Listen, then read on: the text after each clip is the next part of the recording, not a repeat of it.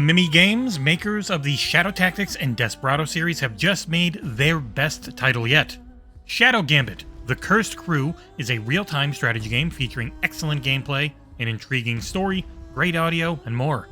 Sadly, it's being released right in the heart of one of the busiest game calendars of all time. No matter when you're reading this review, though, know that this game is excellent. As the crew of the Red Marley, you'll face hundreds of brain-taxing scenarios, which you'll use your otherworldly abilities to overcome. Slicing, dicing, shooting, cannoning, and hitting people over the head with a magical anchor are but a few of the incredible abilities on hand as you fight to be an evil, murderous pirate and beat the even more evil and more murderous Inquisition to the treasure. Let's break it all down in the XboxEra review of Shadow Gambit, The Cursed Crew. Yarr!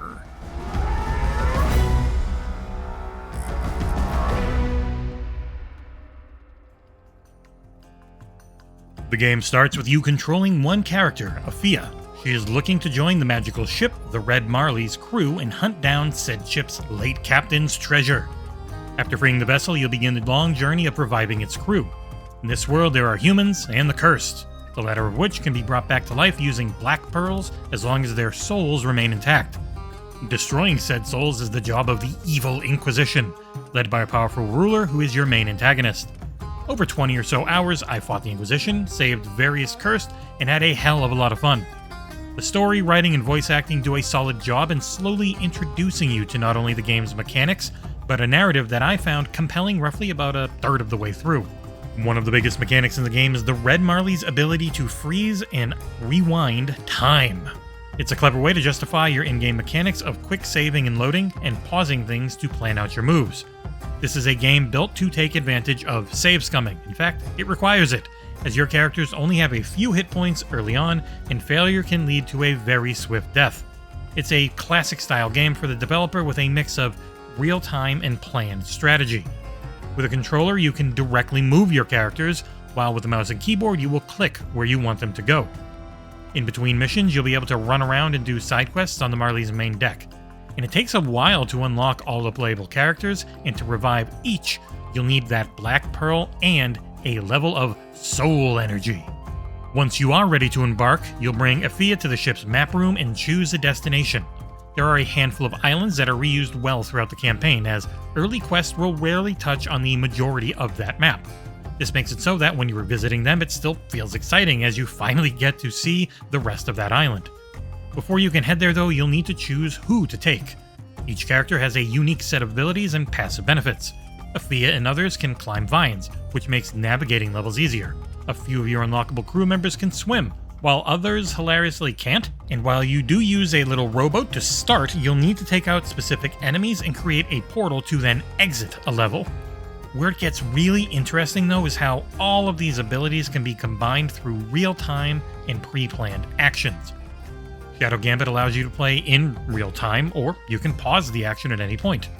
Pausing allows you to get a bearing on who is where, what they can see, and what can be interacted with. It also allows you to queue up one action per each of the up to 3 playable characters that you are controlling.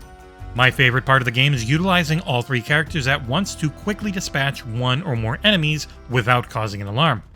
An example of one of my favorite combos is having Afia use her magic dash to take out a guard, while the ship's cook uses his teleport kill to take out the guard who is looking at Afia's target. And while all that's happening, the ship's cannoneer is firing a tied-up enemy into the elite enemy who is looking up from the watchtower at both of them, stunning him temporarily. The instant I tell the game to execute these actions, I swap to the cook, have him dash up the tower, and eliminate the stunned enemy.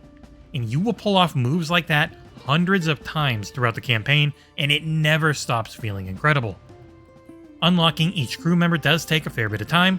Once revived, you're offered an opportunity to visit the ethereal training deck and learn their moveset.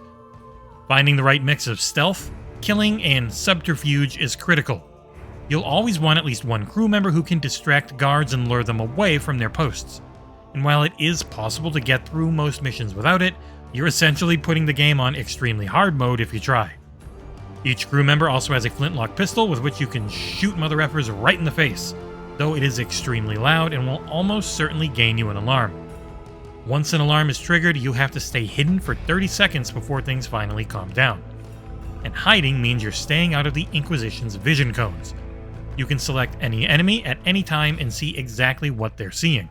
At night, their vision's worse, but during the day, you're going to need a lot of bushes to hide in if you want to stay unnoticed. A solid green vision cone means you'll be seen no matter what, while an alternating line means you'll only be seen if you stand up. And thankfully, your accursed crew has great thigh strength and can stay crouched forever at the press of a button.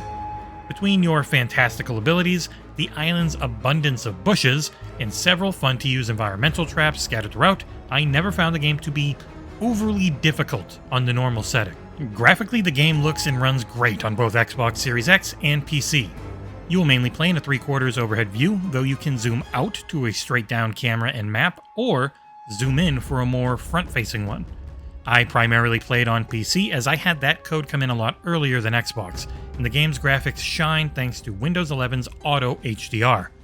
Sadly, the feature didn't kick in for me on Series X, but hopefully it will be added at or post-launch. The game goes for a stylized art style using a vibrant color palette. There are a lot of greens, blues, pinks, purples, and more to be seen around the island's various locales. Thankfully, this solid look is matched in the animation department. The game is never hard to read as long as you move the camera in the right place. Those animations make you feel like a badass as you take out zealot after zealot. Audio-wise, the game holds up well. The voice work, as previously noted, is damned good for a title of this scope and budget. The actors take advantage of a well-written script and match the looks and feelings of their characters perfectly. The soundtrack is damn good too. There's lots of jaunty sea tunes that accompany you as you traverse the multiple layers of your ship, conduct excursions on islands, and watch the various in-game conversations and cutscenes that take place in an unmoving 2D art style. On both PC and console, I ran into 0 bugs, which is so refreshing. I had no graphical issues, no crashes, no lag, nothing. The only hitch was the occasional one when doing an autosave that would last for roughly a second. As an entirely single-player game, there's no need or ability to have crossplay, and sadly there's no cross-progression. That meant I spent the majority of my 30 hours in the game on PC, but I put in as many as I could on Xbox to make sure the port was solid, and it is. Wrapping things up, Shadow Gambit: The Cursed Crew is fantastic in every way. It's got excellent gameplay, damn good graphics, great sound, and a ton of variety in its objectives, which mean this absolute gem is one you should look into no matter when you're watching this review.